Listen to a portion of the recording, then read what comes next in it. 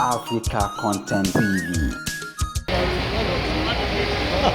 Bàbá tó kólẹ̀, bàbá dáadáa, ní ẹ̀rọ gbò, ó jẹ́rìí gbogbo wọn. Bọ́tò. Ní ẹ bá dìtẹ̀ rẹ̀ wọ́n lọ jẹ́rìí gbogbo wọn.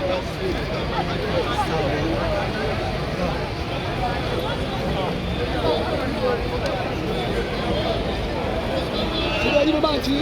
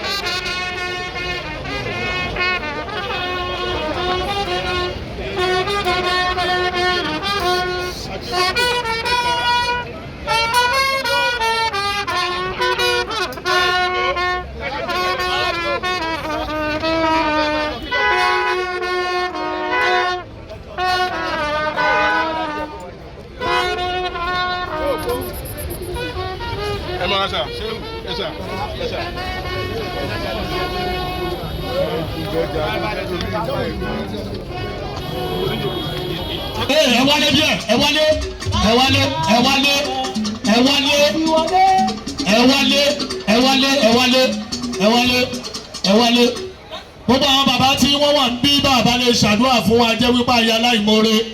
Bàbá Bọ́lárùmí, Ọlọ́run ní fi nǹkan kan ṣẹ̀mí yín fún wa.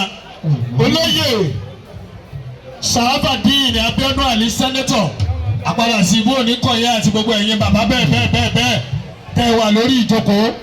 Àwọn kí èèyàn wa dáadáa Alhaji Dhikrullah Adéṣọpẹ́ gbogbo nǹkan yín tí mi àdé tí mi Ọlọ́run ní ṣọ̀pọ̀ àlùbásì. Ó yẹ jẹ́ wá kọlù síra wá ń bàdí ńgbà náà kó wọ́n dàbí èwí pé àwọn olórin tá a pè síbí àti ọ̀pọ̀lọpọ̀ àwọn onísìkìrì àìjẹ́wọ́rọ́ àyẹ̀ṣe kọ́kọ́. Akíwa ní kíkì ti Ọlọ́run ẹ̀gbọ́n mi, akíwa ní kíkì ti Ọlọ́run àti ti Ànábì wa Muhammad gbogbo salamu alaykum wa rahmatullahi.